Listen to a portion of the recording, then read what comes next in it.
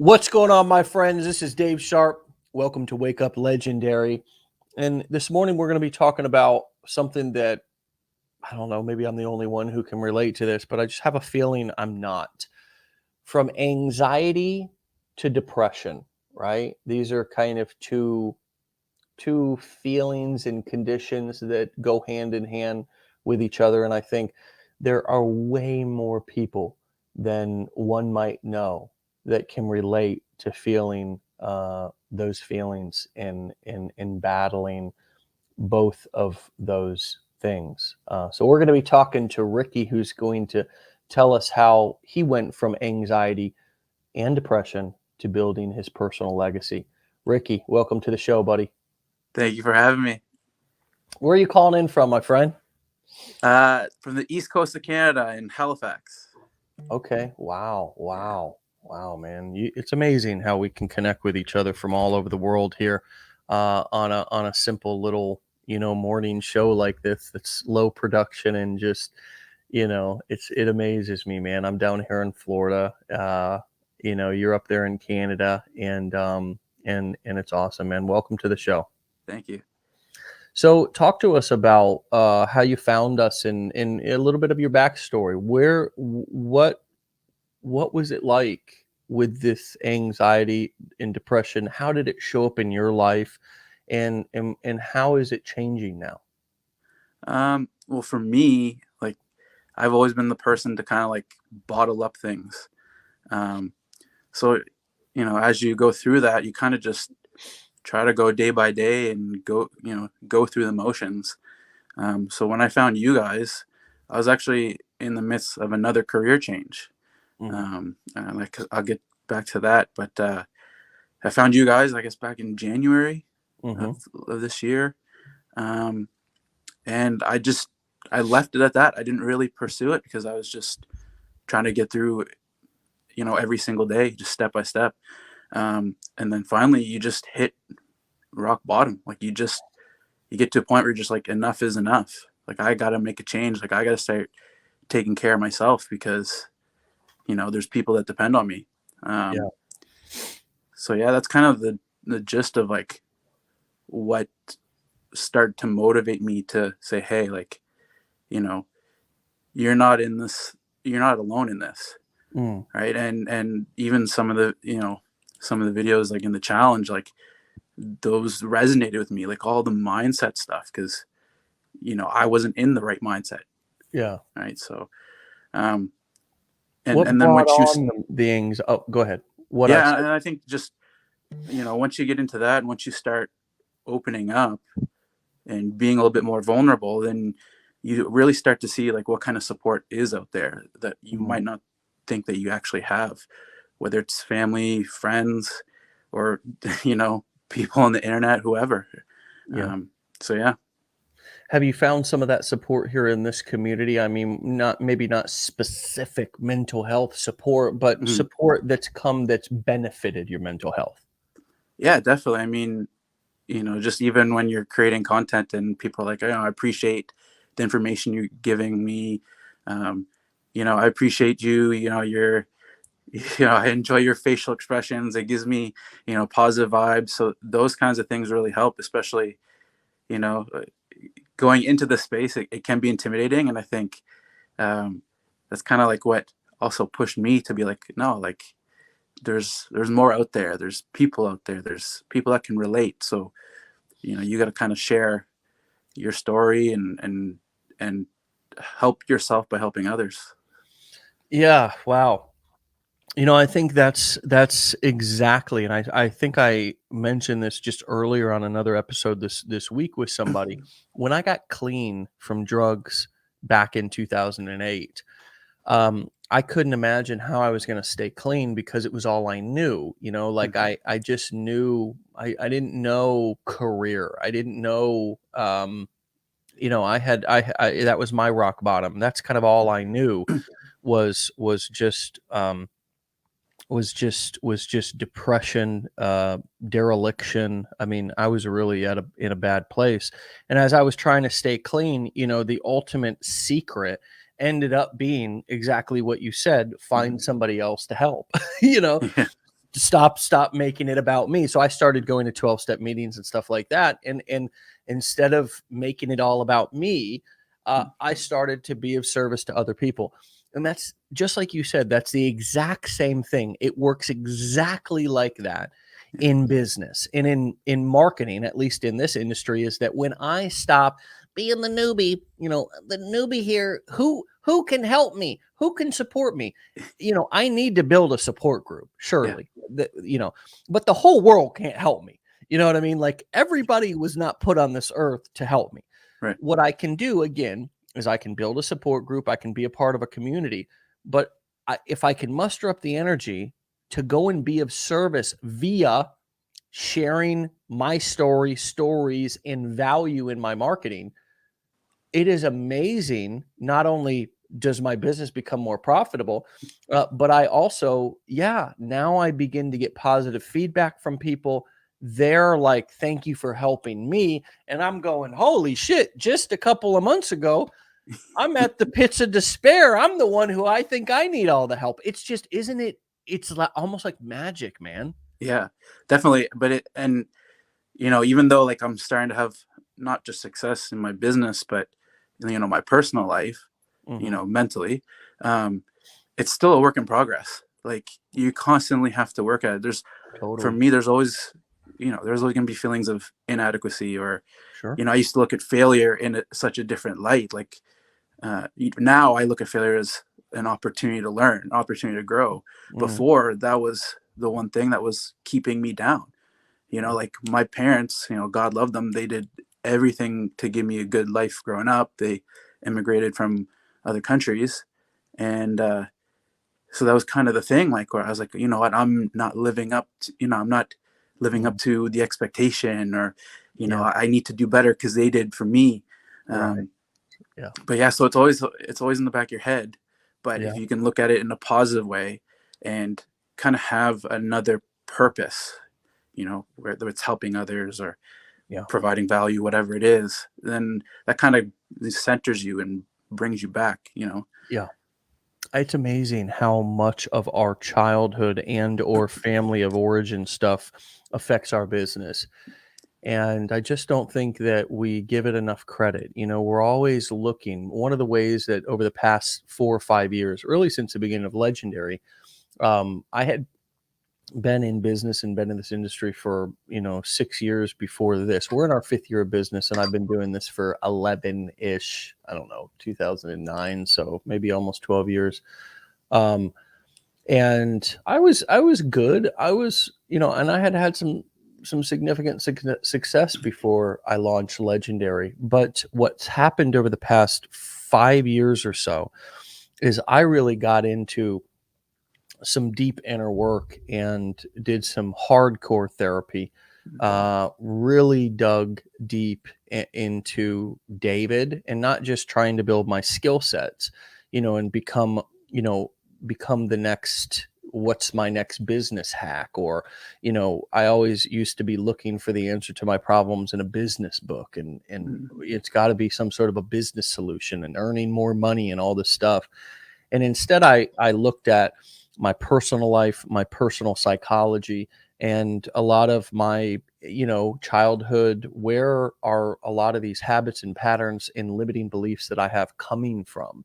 And as I went back down to the root of those issues, I have evolved into a much better businessman. I've evolved into a much better marketer, and of course, I'm a much happier person because I've healed and I understand where a lot of these limiting beliefs that I have come from. So it sounds like you're on the beginning of that journey, and you found Legendary. You're starting to build your business, and you're opening your mind to different ways to grow and to give yourself a break and to address your limiting beliefs. And that, what an amazing awareness that you have about that need to please and live up to a certain expectation that your parents probably aren't even putting on you, No, but yeah. you're putting on yourself, right? 100%. Yeah. It's crazy that you say that, like the reflection piece, like that was huge for me. Um, and then it also like turning it became a goal. It's like, okay, creating this legacy, like breaking, I guess, this cycle of negative thinking. Maybe that was ingrained in me growing up in some way or another. Sure. Um, but now looking at it for the future, it's like, when I have kids one day, I don't want them to go through that. I want Yeah. them to see that, there's another way, that, their dreams or their goals are possible, but there's also support.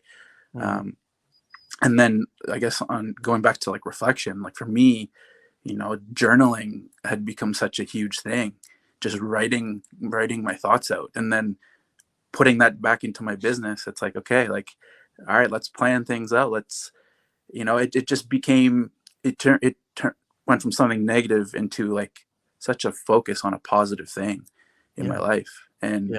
it's crazy because like now, like even my wife, she can tell like if I kind of like go back into one of my like, you know, where I'm like a deep dive into like, oh, like self-loathing, whatever. Mhm. She's like, all right, snap out of it. Like, Good for talk her. it out, Wow.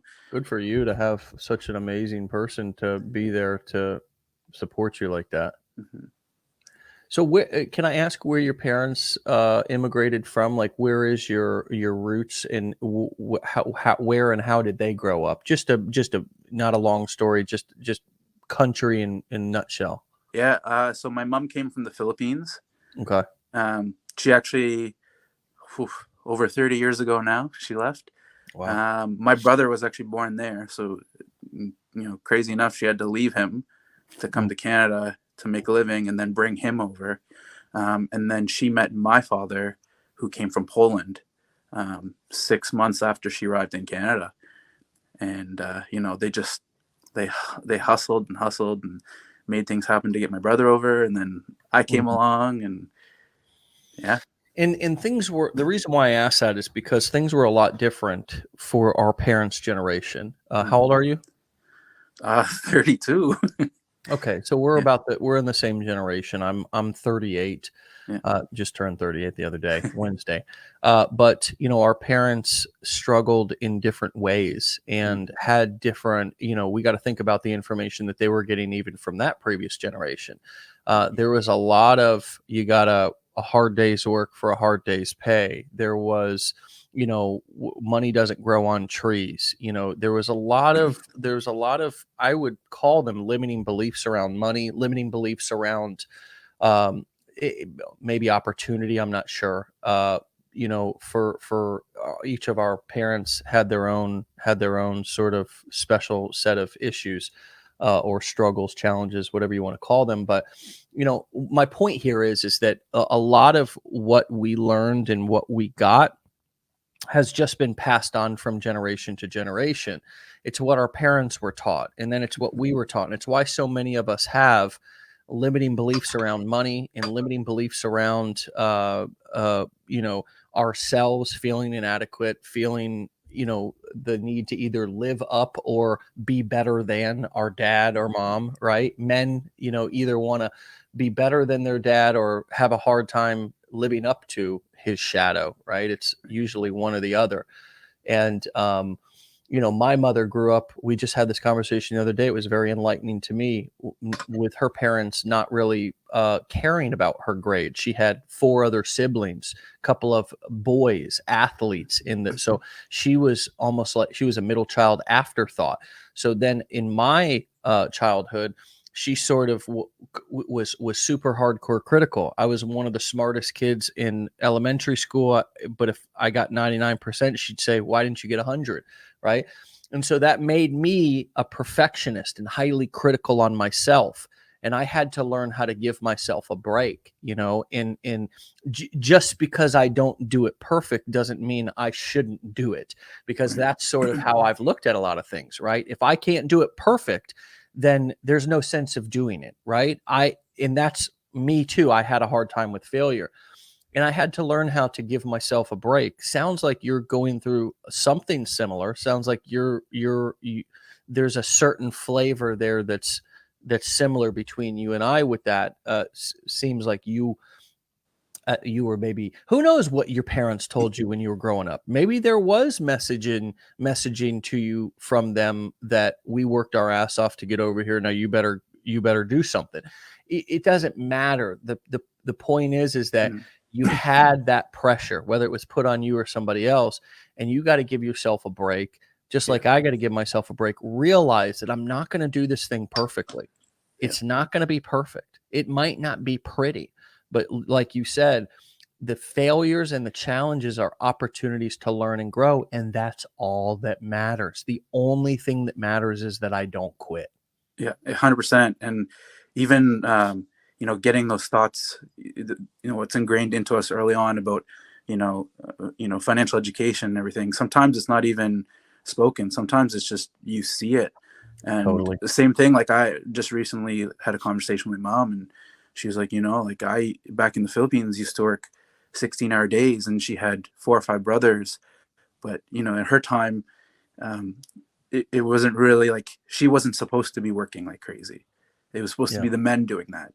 But she was Mm. like, no, like I want a better life. And so her life was always just hustle, hustle, hustle, hustle. And then even coming to Canada, I saw that growing up. She was always working, right? So Mm. like, she was always working. My dad was always working. So I saw that every single day. And it never was like really they pushed me to say like, oh, you need to get good grades or you need to do better at this. It was just like I saw how hard they're working. And I was like, I need to do that. I need to find a way to be just as good as that. Mm. And don't get me wrong, like they spoiled me. Like I was the spoiled kid in the family. And so maybe like, it just, they took things a little too lightly on me, but deep down personally, I was like, I took it the other way, from one extreme to the Sure. other. Sure. Right. So That was the messaging you got was you have to live up to the what at least what they did. mhm, And if I and I want to do more. So that means work even harder. And yeah, it's an unrealistic, it's an unrealistic most of the time we set ourselves up for unrealistic goals. And mhm, that's another thing that I have often worked with people when they say, we ask them, well, what do you want to make? What's your goal? What's your financial goal? I want to make 100,000 a month within 3 months. It's like, is that realistic? Probably not. right. Like it's not realistic. And we also hold ourselves to unrealistic standards, personally, you know, uh, and we have to give ourselves time, Mhm, specifically relating it to business. We have to give ourselves time to succeed because it's not going to be overnight. And also we have to give ourselves a break from living up to most of the time fantasy unrealistic expectations that we've placed on ourselves. um, what came up for me as you were sharing that story about watching your mom was, I would imagine that working from home, working on the computer, you know, having even striving for a great lifestyle, you might even feel some internal guilt about that, right? Like I should be out working harder. Is that an internal battle at all for you, or has it been? 100%. Like Yeah, especially, I guess even just 3 months ago, because right, I guess kind of like their generation, it's like, well, you got to go get a real job, right. you know. Totally, And I'm totally. like, well, I've now accepted it to the point where I'm just like, I'm just gonna show you, right? I'm gonna take the time, do things right, learn, and the comments and stuff might come. I understand it now. I see it from a different perspective. But I'm just gonna show you. I'm gonna prove it to you. And then there's like this determination factor that comes in, and so yeah, I just it's funny how those thoughts, you can just totally flip them, So Yeah, I'm just sitting here relating this to myself because my dad, I grew up watching him just work his ass off as a plumber and a construction worker, basically both doing commercial plumbing, but mhm, also doing bathroom and kitchen rehabs, but either way, it was hard work, back-breaking work. And when I got clean, he blessed me with the opportunity to come and work with him. You know what I mean? Like that was a blessing. That was a gift he gave me. And I'm eternally grateful for that. But when I wanted to switch gears and I wanted to go from the hot ass, hardworking construction site to the air conditioning, carpeted internet marketing life, man, I had some guilt about that, man. You know what I mean? And I had that a lot because here he was still busting his ass and getting older and older and older and still having to work hard. And here I am taking a right turn, right? Going here in this completely different path. And yeah, I feel much better about it today because my business has allowed me to be able to do things for him that I never could have done if I followed that other path financially, right? Time wise. Like just the other day, well, I've been golfing with him once per week lately.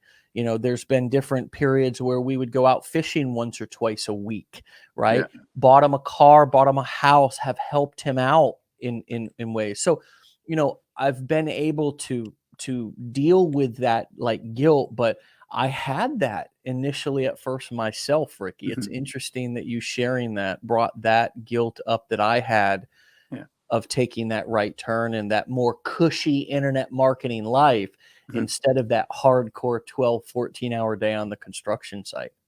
And I think, it starts from, in your case or my case, whatever, just taking care of yourself, mentally and your health. Because then you are able to look at it in a way like, okay, am I going to, I'm just going to show you, I'm going to prove it to you. And then now, because I'm doing it and I'm consistently working at it and in the right mind frame, now I can help you out. Right now I can, spend more time with you, take care of something financially, whatever it may be.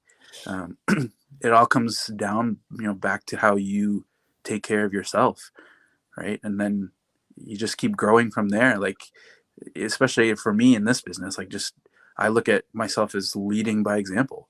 I think maybe Brian Brewer said, like, we're in the business of leadership, like, so, for me, not just leadership, like with like the viewers, but people in my family, like my closest inner circle. Like, I just messaged some friends the other day and I'm like, this is, I know we haven't spoken in a few months, but like, this is the success that's starting to happen. And they're like, are you serious? It's like, yeah, like, so I think, yeah, it just all goes back to that, taking care of yourself. And then you can, start taking care of others. So, yeah. Or you could cut the fat, man. You know what I mean? Like with a lot of relationships, we realize that we just need to trim down. I mean, I went and saw Sebastian Maniscalco last night, a comedian. He's got some Netflix specials, the Italian guy.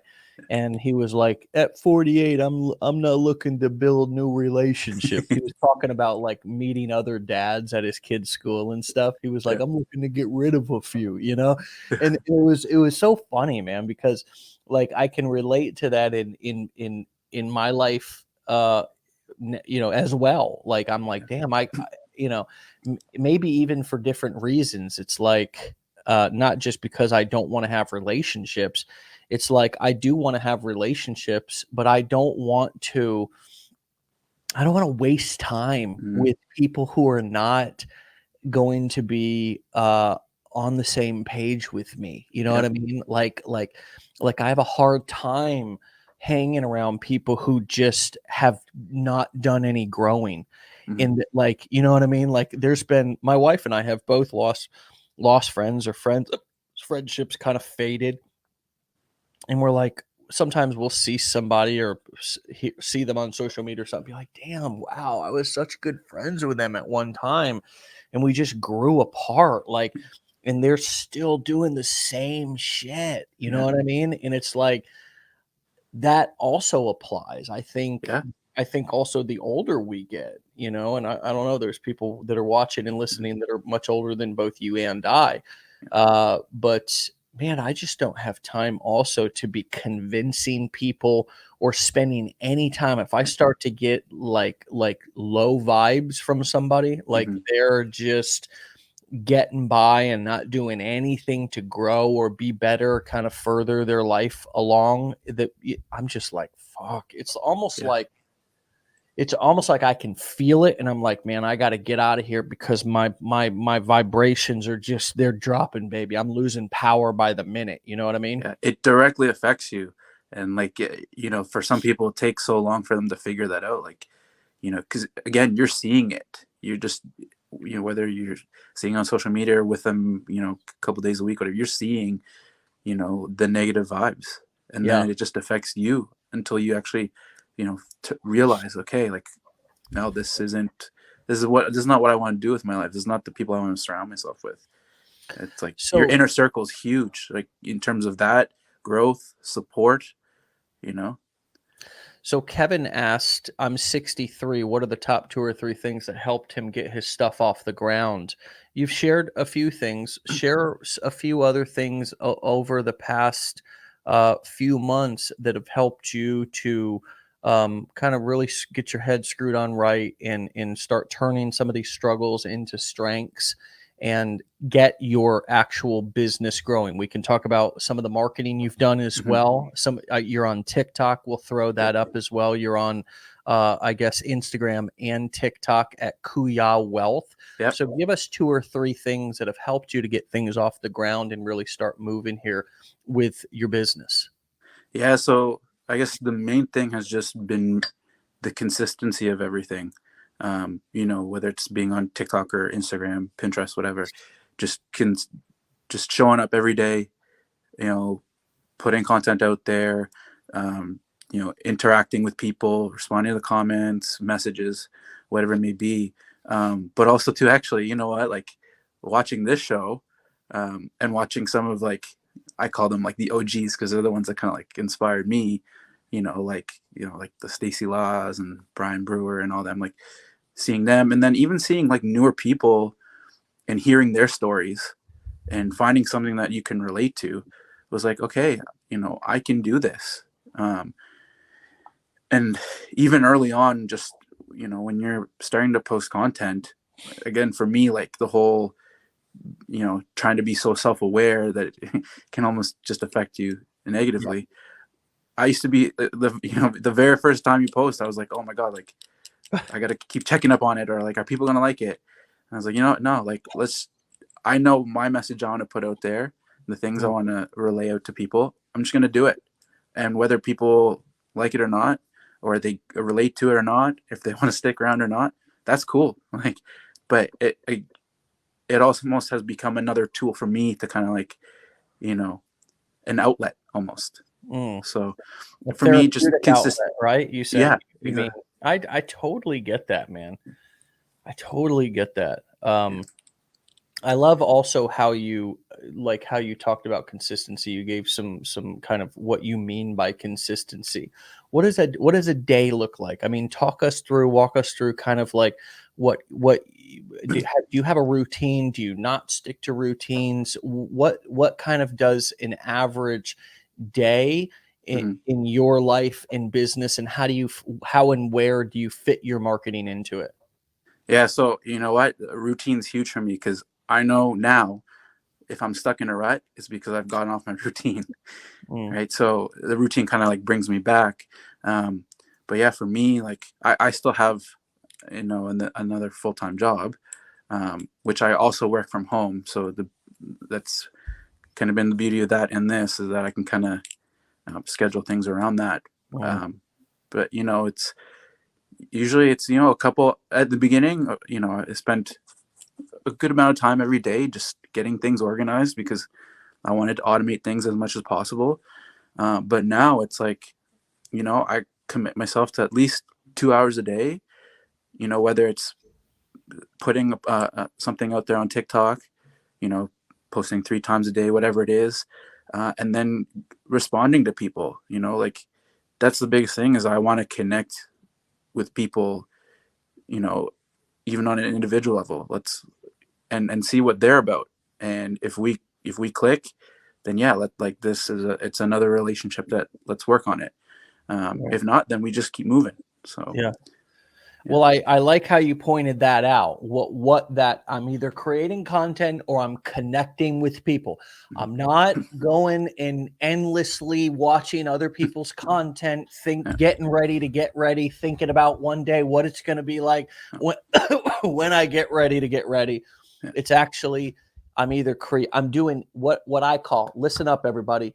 You're either doing non-income producing activities or you're doing income producing activities. Listening to an audiobook, not an income producing activity. Messing around with your funnel every day, not an income producing activity. Watching other people's TikToks and social media content, not an income producing activity. Now you can bullshit yourself and say, well, yes, it is. I'm getting ready to get ready, or I'm getting ideas or whatever. Bullshit. Right. You're procrastinating. 100%. Let's just call bullshit what it is. When you start to call bullshit what bullshit is, then you sort of free yourself to be able to say, okay, look, I don't need to lie to myself. Yeah. I don't need to lie to myself. I've done that for long enough. I don't need to lie to myself. Let's just call, if I'm in freaking research mode and I want to procrastinate and beat the dead horse, then I can do that. Yeah. But don't call it an income producing activity, because an income producing activity is something that actually from that action can produce income. Mm-hmm. You know what I mean? Yeah. And look, as much as listening to audiobooks and reading business books and watching training courses. Hold on a second, Dave, but I bought training courses from you. What do you mean? That's not an income? Nope. That's not an income producing activity. That's a education activity, the different category. Yeah. Right. And that's, I think, one of the challenges that people have is moving from the education to the action and the income producing activity. So you're both creating in marketing, posting content. You're also following up with people who are DMing you or who are leaving comments. Now, some people might say, well, I haven't got any comments yet, or I haven't got any DMs yet. What do you say to that? Because obviously you were at that point too, to where you didn't have any comments at one time. You didn't have any DMs to respond to. Mm-hmm. What do? You just keep moving. Like, especially in the beginning, like I was like, oh man, like this is supposed to, originally I was like, this is supposed to blow up, right? Like, so you get like one comment in the week and I'm like, I'm going to respond to it. And then next week it's like, all right, now I got 5. Well, I'm going to respond to all 5. And you can't, again, we're in this for the long term. Like for me, at least, this is a tool that's going to help me financially in the long term because I have goals. So why am I going to be so hung up on the short term? Okay, number of followers or number of views, or this is what I want. I want to build a legacy. I want to build something for my future. So I'm not just in it for the next 2, 3, 4 months. You don't want to have that short-sighted view. It's okay. Well, I'm building a community. I need to connect with people. I need, daily consistent action, right? So, and what's going to get me there? Okay, am I going to focus on the education piece? All right, well, again, like say it what it is. Do I not feel like doing anything today? Am I going to procrastinate? Okay, like it's fine. Admit that. Yeah. But don't claim that you're doing something that you're not, right? It just doesn't. It's not productive. It doesn't help you. And it doesn't help your mental health either. 100%. Because now all of a sudden, what am I doing? I'm lying to myself. I know I'm lying to myself. Yeah. Now I'm starting to feel shitty, and it directly affects my self-esteem. Yeah. So labeling things really helps me. Labeling things what they are, identifying what feelings I'm feeling, which is crazy. Like I had to literally go and get a feelings wheel. Yeah. And say, like, learn to actually identify my feelings. Like, Yeah. what am I actually feeling? And I'll show you all what I'm talking about here. Like, a lot of people don't know what they're feeling. And if you just Google feelings wheel, you can pull up you can pull up a graphic or an image or a blog post or whatever of an actual feelings wheel. And, and identify the feeling that I'm feeling. Don't just bullshit yourself. We talk about mental health. This was one of the biggest things that has helped me, is to actually identify the feeling that I'm feeling instead of just saying I'm fine. Right. And what that also does, you mentioned this, if you have a spouse, particularly for us guys, right? Women are oftentimes better at identifying their feelings than guys are. We're just fine, but fine is oftentimes fucked up, insecure, neurotic, and emotional. You know what I mean? That's what fine is to me. That's when I say I'm fine, that's oftentimes what I am. So if I can identify what I'm feeling, and hey, if I have a wife or a spouse or something around the house, I can say, whew, I'm really feeling rejected today, man. You know what I mean? Like, I'm just feeling rejected, and that's bringing on a lot of fear in my business because I'm feeling like people are not really vibing with my content. They're not, it's like it's not resonating or whatever. And if I identify that, instead of just getting defensive and saying, well, I'm fine, I'm good, just leave me alone. Yeah. Right. Now I can bring somebody in. And this is one of the things that I realized of getting my spouse or my family on my team, is that if I can, instead of like if I'm feeling rejected, a lot of times maybe I might feel like rejecting somebody else, right? Because it's like, and we oftentimes take our biggest frustrations out on the people that are closest to us. But if I can say, hey, honey, I'm feeling rejected, it's bringing on a little bit of fear, like I need some support right now, and I'm going to take some time off, and today off, and I'm going to clear my head, and can you give me a couple of extra affirmations today? Can you be mindful to try to help build me up, because I want to get back in the game tomorrow because of and a lot of times, Ricky, when I identify a feeling, it also helps me to overcome it more quickly. So I might just, if I identify it properly and say, hey, I'm feeling insecure right now, which is bringing on, so I'm feeling rejected, I'm feeling insecure, I'm feeling a little anxious. It's bringing on some fear here, baby. If once I name it and claim it, I can let it go. 100%. When you identify it and you myself. become vulnerable with some type of support, then you understand that it's okay to feel that way. It's okay to feel angry. It's okay to feel, rejected. Those are completely normal. Like that, it's nothing to be ashamed of. Even something as simple as like maybe being in an argument. It's okay to argue with someone, right? It's again, all these things, all these feelings, it's just a way for us to like understand ourselves and to learn about ourselves. What triggers those emotions. And if I'm feeling shitty about my business because whatever, someone's not commenting, okay, now I understand it. I understand why I'm feeling that way. Okay, what's the solution? What do I do to fix that? Right? So huge identifying that 100%. 100%. Yeah, it's a big deal. I'd invite all of you. I literally carried around a feelings wheel with me for a significant amount of time. Just printed one off, and just kind of had it folded up in my wallet, or if I put it in my pocket. It was always on me though, and I would try to identify the feelings that I was feeling, because I just realized that I had never actually done that in my life, and most of the time I didn't know how I felt.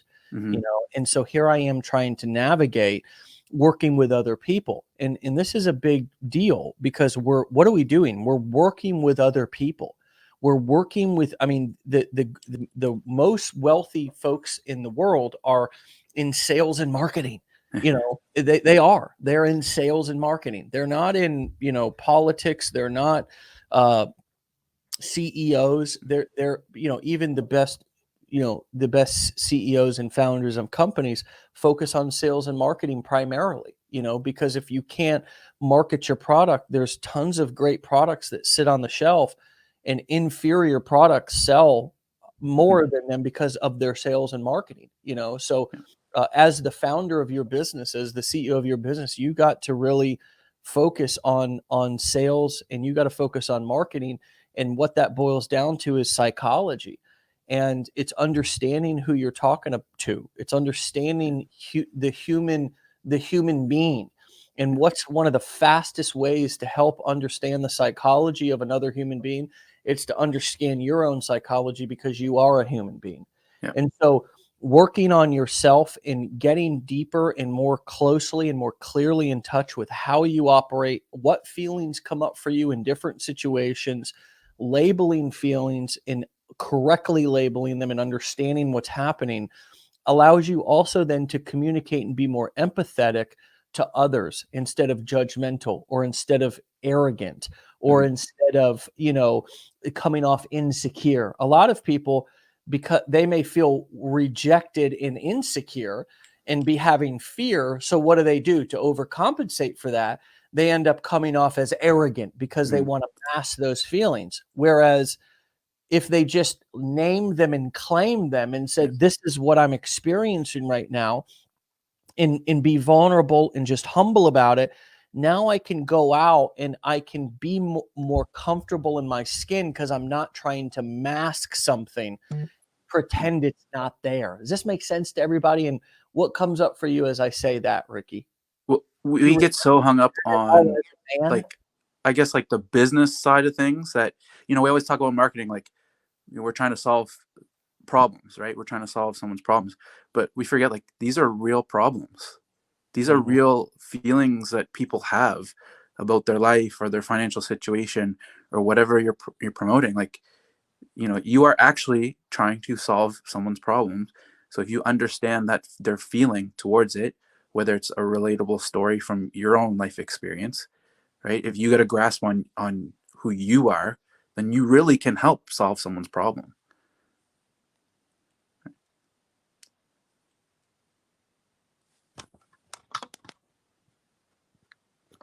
Sorry, I had myself muted there as you were talking. This is powerful stuff. I really appreciate your vulnerability in sharing such meaningful nuggets with us here this morning.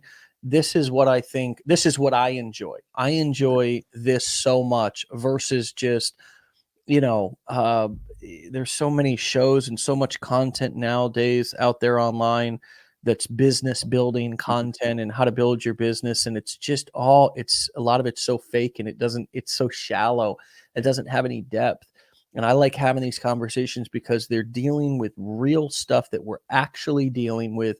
And it's going to the root, not just to the fruit on the tree that's beginning to turn sour. And let's just, quickly try to squeeze all that lemonade out of that lemon, but going down into the roots and saying, okay, what's infecting this tree? What's infecting this person?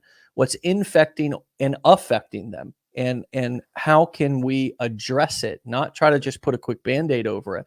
So we can become whole entrepreneurs, both physically, mentally, emotionally, spiritually, because when we're able to show up more powerfully as a whole person, then it comes across in all areas of our lives. And my goal here with our community is not just to build financially, right? Financially and or physically healthy and wealthy people, but it's to have a community of people who are healthy physically, mentally, emotionally, and spiritually.